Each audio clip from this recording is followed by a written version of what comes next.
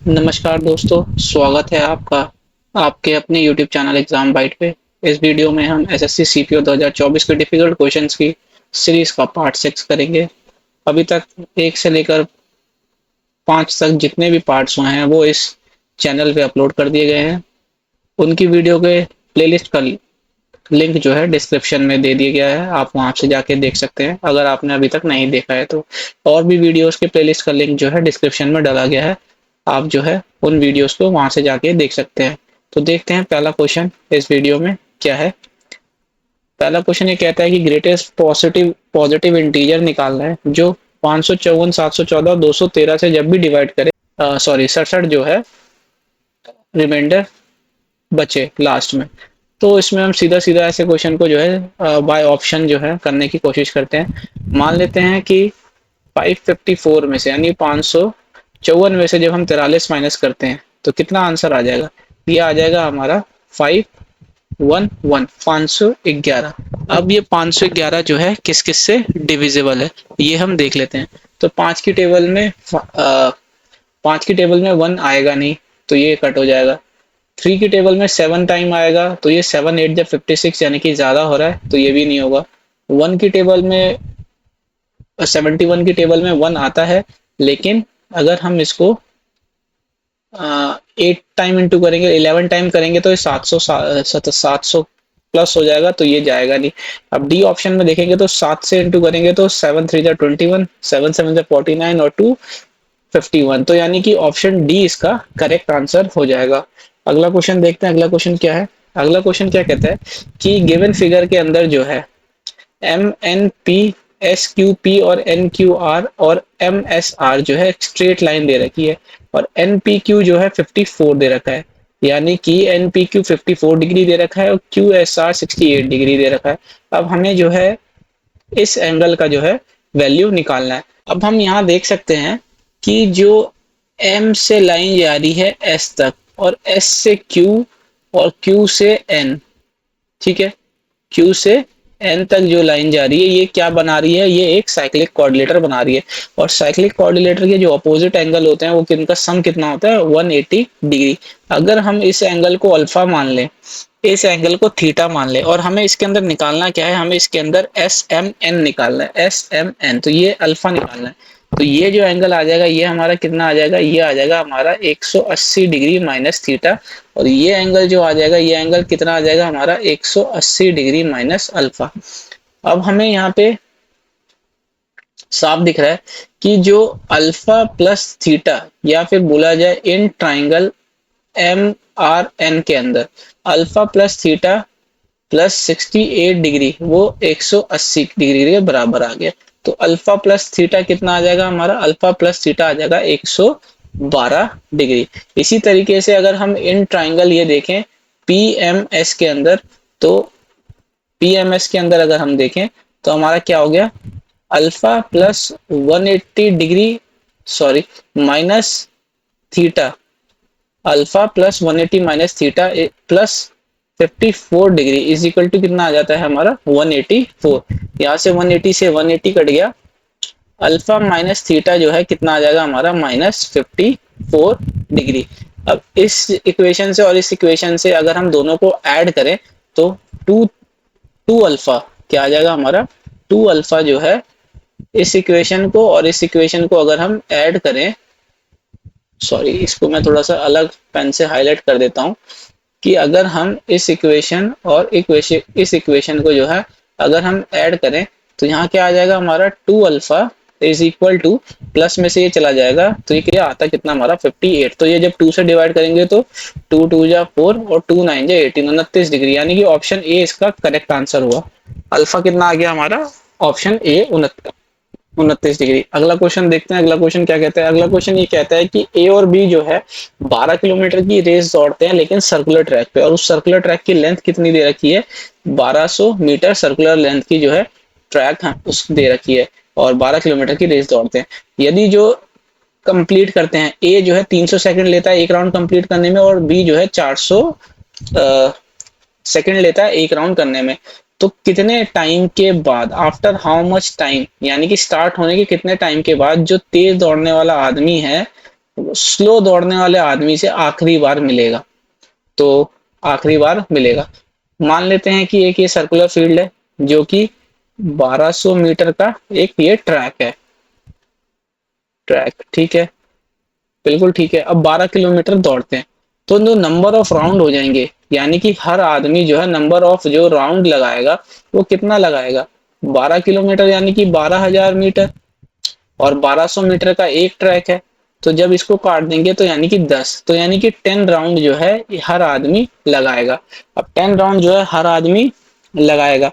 तो अच्छा, अब देखते हैं कि कितने टाइम के बाद मिलेंगे। तो अगर हम एलसीएम लेते हैं, एलसीएम ले लेंगे किसका, 300 सेकंड का और 400 सेकंड का, तो एलसीएम आ जाएगा हमारा 1200 सेकंड। तो यानी कि पहली बार फर्स्ट टाइम, तो ये क्या हो जाएगा, फर्स्ट टाइम जो है वो मीट करेंगे। क्या करेंगे, फर्स्ट टाइम वो मीट करेंगे। और उसके बाद जो है 2400 सेकंड के टाइम जो है वो सेकंड टाइम जो है मीट करेंगे, यानी कि दूसरी बार मीट करेंगे।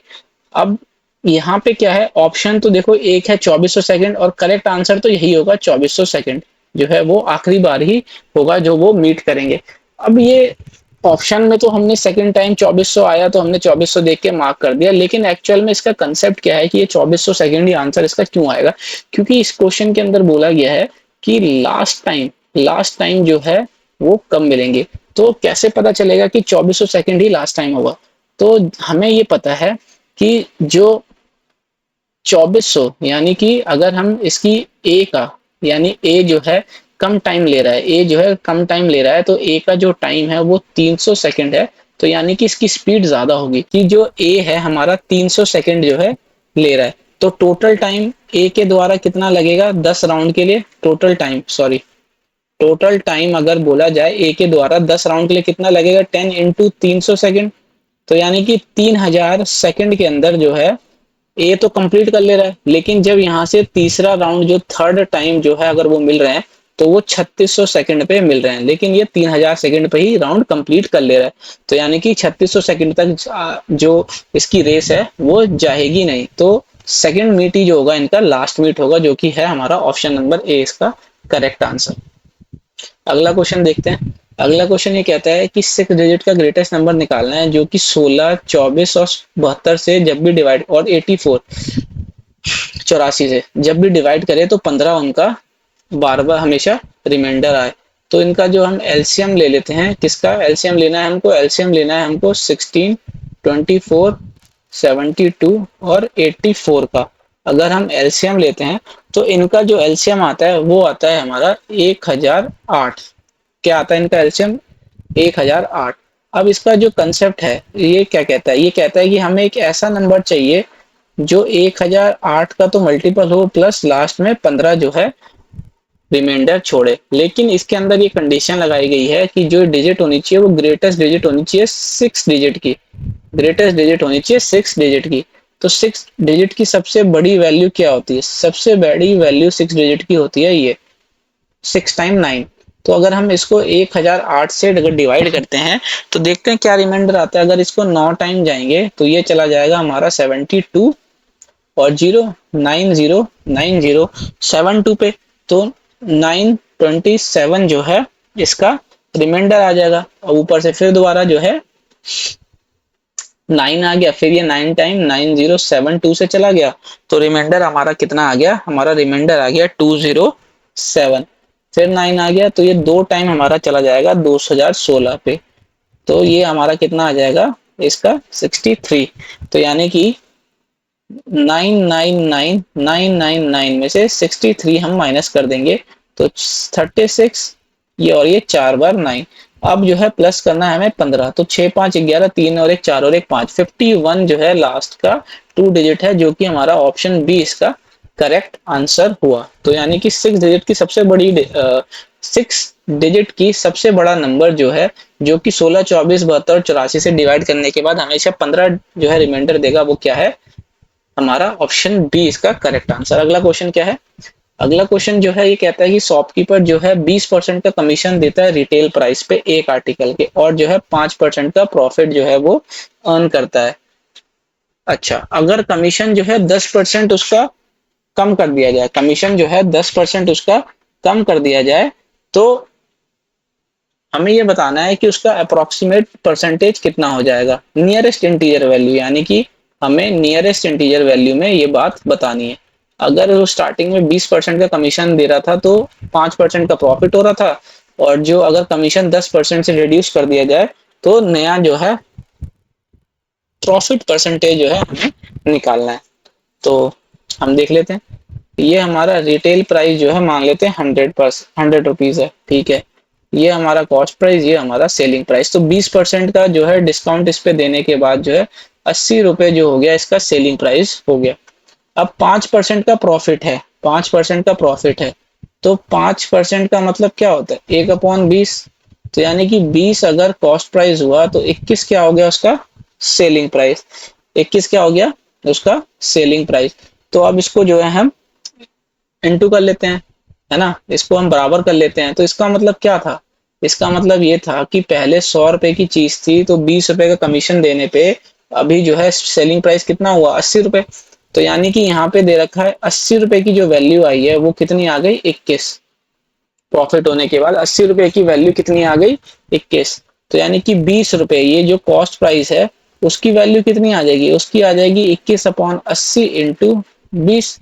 ये यही हो गया ना, ये हो गया। सॉरी, हमें जो है हमें जो है 21 रुपए की वैल्यू जो है, सॉरी ये हमने उल्टा लिख दिया। यहाँ पे जो है 21 रुपए की वैल्यू जो है हमारे को आई है, जो हमने उल्टा करके लिख दिया। 21 रुपए की जो वैल्यू आई है वो 80 रुपए आई है। तो 20 रुपए की वैल्यू कितनी हो जाएगी हमारी कॉस्ट प्राइस की, वो हो जाएगी 80/21 इंटू 20। तो ये कितना आ जाएगा हमारा, ये आ जाएगा हमारा 1600/21। ठीक है। अब वो कहता है कि कमीशन जो है 10% रिड्यूस कर दिया, तो ये जो कमीशन है 10% रिड्यूस करने के बाद कितना हो गया 90 हो गया। तो अब उसका अप्रोक्सीमेट परसेंटेज निकालना है, तो यानी कि ये सेलिंग प्राइस हो गया उसका अब 90। तो अप्रोक्सीमेट परसेंटेज जो आएगा वो कितना हो जाता है सेलिंग प्रॉफिट, और प्रॉफिट कितना होता है हमारा selling price minus cost price. तो 90 माइनस कॉस्ट प्राइस हमारा कितना आया 1600/21 इंटू 100। ये हो गया। अब इसमें जो है 90 को इंटू कर देंगे 21 से तो कितना आ जाएगा, ये हमारा ये आ जाएगा हमारा 1890 माइनस 1600, और ये 21 से 21 कट गया तो नीचे 1600 इंटू 100। ये 2 जीरो से 2 जीरो चला गया, और ये जब हम इसमें से माइनस कर देंगे तो कितना आ जाएगा 290/1600। जब हम इसको काटेंगे ये आ जाएगा हमारा 18.12%।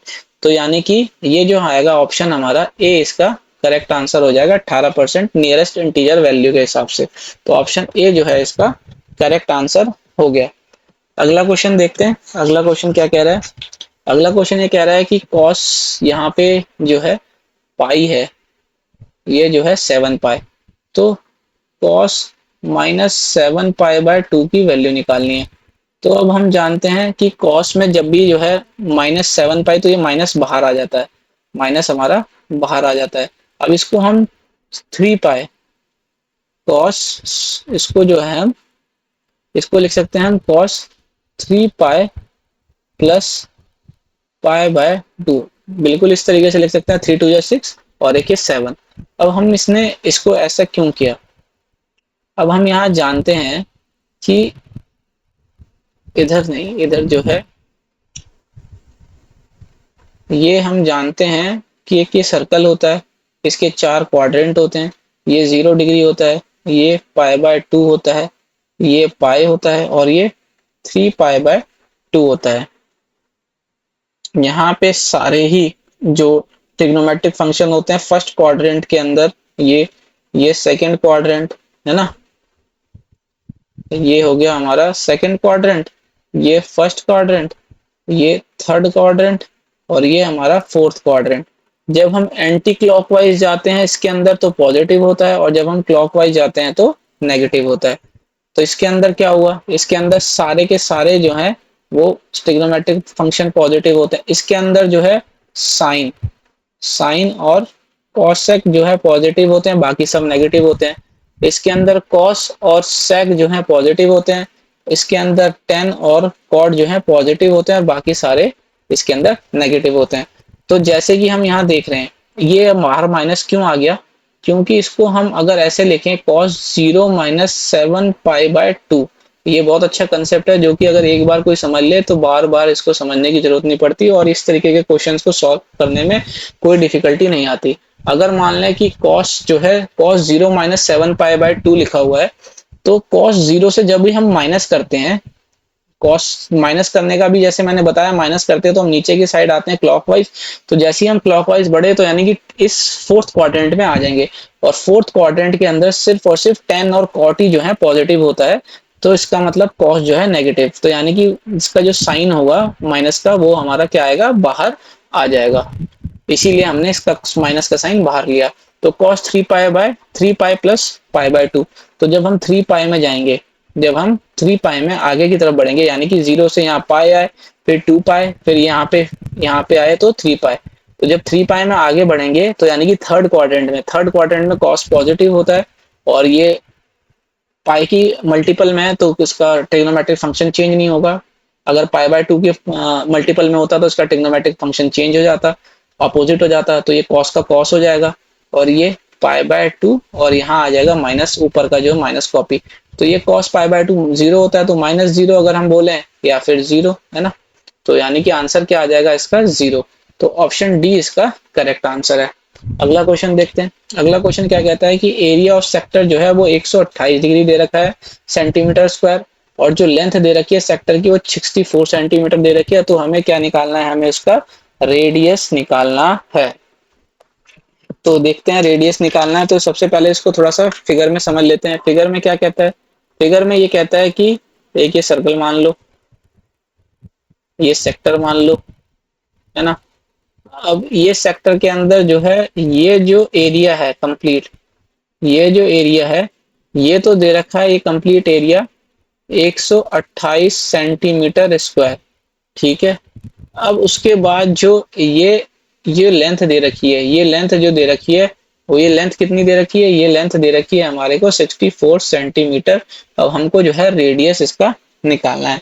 अब जैसा कि हम जानते हैं कि जो थीटा आता है, ये जो थीटा आएगा, ये थीटा क्या होता है, ये लेंथ इंटू 360 डिग्री अपॉन 2 पाई/r होता है। तो लेंथ कितनी दे रखी है, 64 सेंटीमीटर, 360 डिग्री अपॉन 2 पाई/r, ये तो हो गया हमारा थीटा, यहाँ से थीटा जो आया। अब जो है एरिया, एरिया जो होता है, एरिया, वो एरिया का फॉर्मूला कितना होता है, एरिया का फॉर्मूला होता है पाई/r² अपॉन 360 डिग्री इंटू हमारा थीटा। तो पाई/r² अपॉन 360 डिग्री, और थीटा हमारा कितना आया, 64 इंटू 360 डिग्री अपॉन 2 पाई/r। तो यहाँ से पाई से आर से ये कट गया, पाई से एक ये आर कट गया, 360 से ये कट गया, और 2 से जब हम इसको करेंगे तो 2 3 जा 6, 2 2 जा 4, और एरिया हमको दिया हुआ है इस सेक्टर का 128। तो ये कितनी बार जा रहा है, ये 4 टाइम्स जा रहा है। तो रेडियस सीधा का सीधा यहाँ से 4 सेंटीमीटर आ जा रहा है। तो ऑप्शन ए इसका करेक्ट आंसर हुआ, ऑप्शन ए 4 सेंटीमीटर हो जाएगा इस सर्कल का रेडियस। तो कितना आ गया इस रेडियस, 4 सेंटीमीटर। अगला क्वेश्चन क्या है, अगला क्वेश्चन देखते हैं। अगला क्वेश्चन ये कहता है कि दो सर्कल है जो एक दूसरे को एक्सटर्नली टच करते हैं। पहले सर्कल का रेडियस जो है 18 सेंटीमीटर है ना, एक्सटर्नली टच करते हैं, और रेडियस जो सेकंड सर्कल का है वो 8 है। तो लेंथ निकालनी है कॉमन टेंजेंट सी डी की। तो जब भी दो सर्कल एक्सटर्नली टच कर रहे हैं तो सिंपल सा इनका फॉर्मूला होता है टेंजेंट का जो फॉर्मूला होता है वो क्या होता है, इसका फॉर्मूला होता है 2√r1r2। तो 2√r1 कितना आ गया हमारा 18, और r2 कितना आ गया हमारा 8। तो इसको हम कैसे लिख सकते हैं, इसको लिख सकते हैं 9 से 2 टाइम और 8 से ये 16। तो ये कितना आ जाएगा 2 टाइम 3 और ये 4, तो 4 3 जा 12, 4 3 जा 12, और 12 2 जा 24। तो ऑप्शन कितना आ जाएगा इसका 24 सेंटीमीटर, यानी कि ऑप्शन सी। तो जो इसकी लेंथ हो जाएगी सी डी टेंजेंट की वो कितनी आ जाएगी 24 सेंटीमीटर।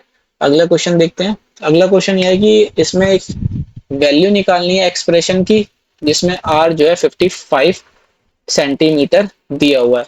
तो ये क्वेश्चन के अंदर जनरली जो है हम बाय ऑप्शन करते हैं। जैसे मान लेते हैं इस जब इक्वेशन को हम खोलेंगे तो ये हो जाएगा r³ 3r² प्लस 3r। अब इसके अंदर +1 और -1 कर लेते हैं, तो ये जो बन जाएगा ये क्या बन जाएगा, r + 1 का क्यूब -1। तो r कितना दिया हुआ है 55, तो ये कितना हो गया हमारा 56 का क्यूब -1। तो हम इस 1 को भी हम 1 क्यूब लिख सकते हैं, तो ये किस फॉर्म में आ जाएगा, ये आ जाएगा a cube minus b cube. तो ये हो जाता है a minus B, A square plus B square plus A B. तो a माइनस बी अगर हम देखेंगे तो कितना आ जाएगा, 56 - 1 यानी कि 55। तो ये 55 11 और 5 का मल्टीपल। तो इसके अंदर 5 का मल्टीपल तो ये दोनों हैं और ये भी है, लेकिन देखते हैं 11 का मल्टीपल कौन सा है। तो ये 11 का मल्टीपल तो ये नहीं है, 11 का मल्टीपल ये नहीं है। अब 11 के मल्टीपल के लिए हम देखते हैं कॉन्जिक्यूटिव एक डायरेक्शन में जो है हम इनका डिफरेंस ले लेते हैं। तो यहाँ से ये डिफरेंस लेंगे तो -6, यहाँ से ये डिफरेंस लेंगे तो -1 और यहाँ से डिफरेंस लेंगे तो -5। तो ये कितना आ जाएगा हमारा 6 5 11 और एक ये 12 माइनस, यानी कि ये 12 11 का मल्टीपल नहीं है, तो ये भी ऑप्शन गलत हो गया। अब यहाँ से देख लेते हैं, यहाँ से लेंगे तो -6, यहाँ से लेंगे तो 0 और यहाँ से लेंगे तो -4 इसका डिफरेंस। तो यानी कि ये 6 4 10, तो यानी 11 का डिफरेंस ये भी नहीं है। तो बचा ऑप्शन डी, यही हमारा करेक्ट आंसर होगा। लेकिन हम चेक कर लेंगे तो देखते हैं, यहाँ से जो हो जाएगा -6, यहाँ से हो जाएगा -1, इसका -4। तो 6 4 10 और 1 11, यानी कि ये 11 का मल्टीपल है। इसके अंदर साइन हम निगलेक्ट कर देते हैं, साइन को हम जो है नहीं कंसिडर करते। तो यानी कि ऑप्शन डी इसका करेक्ट आंसर हो जाएगा विदाउट कैलकुलेटिंग। अगला क्वेश्चन देखते हैं। सॉरी, अगला क्वेश्चन क्या है, अगला क्वेश्चन ये कहता है कि एक सर्कल का रेडियस 5 सेंटीमीटर है, ए बी और सी डी जो है दो इक्वल कॉर्ड हैं और वो पैरेलल हैं, है ना। ये एक सर्कल है, ये सेंटर हो गया, यहाँ से ये दो कॉर्ड हो गई, ये सेंटर जो है, और ये ए बी मान लेते हैं एक कॉर्ड को सी डी, और ये इक्वल है। तो हम जैसा कि जानते हैं कि ये इक्वल कॉर्ड जो होती हैं सर्कल की इक्वल डिस्टेंस पे होती हैं। तो रेडियस जो है ये 5 सेंटीमीटर का दिया हुआ है, बिल्कुल ठीक है। पैरेलल कॉर्ड ऑफ 8 सेंटीमीटर, यानी कि लेंथ जो दे दी है कॉर्ड की वो कितनी दे रही है, 8 मीटर ईच। तो 8 मीटर ईच है, तो जब ये सेंटर से कोई भी लाइन जो है कॉर्ड के ऊपर, सेंटर से कोई भी लाइन ड्रॉ की जाती है कॉर्ड के ऊपर, वो परपेंडिकुलरली बाइसेक्ट करती है। तो ये भी 4 और ये भी 4, ये भी 4 और ये भी 4। तो अब ये साफ दिख रहा है कि एक ये ट्राइंगल जो बन रहा है सी इसको हम पी मान लेते हैं, C P O P C, sorry O P C, ये एक राइट एंगल ट्राइंगल बन रहा है। और इसके अंदर जो है पाइथागोरस ट्रिपलेट लग रहा है 5 4 3 का। तो ये भी 3 हो गया, ये भी 3 हो गया। तो इन कॉर्ड के बीच का डिस्टेंस कितना हो गया, 3 और 3 6। तो ऑप्शन बी इसका करेक्ट आंसर हो जाएगा। तो इस वीडियो में इतना ही, और ये जो डिफिकल्ट क्वेश्चन की सीरीज है ये अब खत्म हो चुकी है 6 पार्ट के अंदर। आशा करता हूँ आप लोगों को इससे सीखने को बहुत कुछ मिला होगा। और ये इस पैटर्न पे आने वाले एग्जाम में मई के अंदर जो सीपीओ का एग्जाम हो रहा है उस प्री के एग्जाम में इस क्वेश्चन के बेसिस पे बहुत से क्वेश्चन जो हैं आपको देखने को मिलेंगे, और आप सही अप्रोच लेके जो है उस क्वेश्चन को जो है कम से कम टाइम में सॉल्व कर सकते हैं with the help of these 6 videos of these 6 part. ठीक ठीक है। और अगर सॉल्यूशंस अच्छे लगे हो तो चैनल को सब्सक्राइब जरूर कीजिएगा, और अगली वीडियो में मिलते हैं, तब तक के लिए धन्यवाद।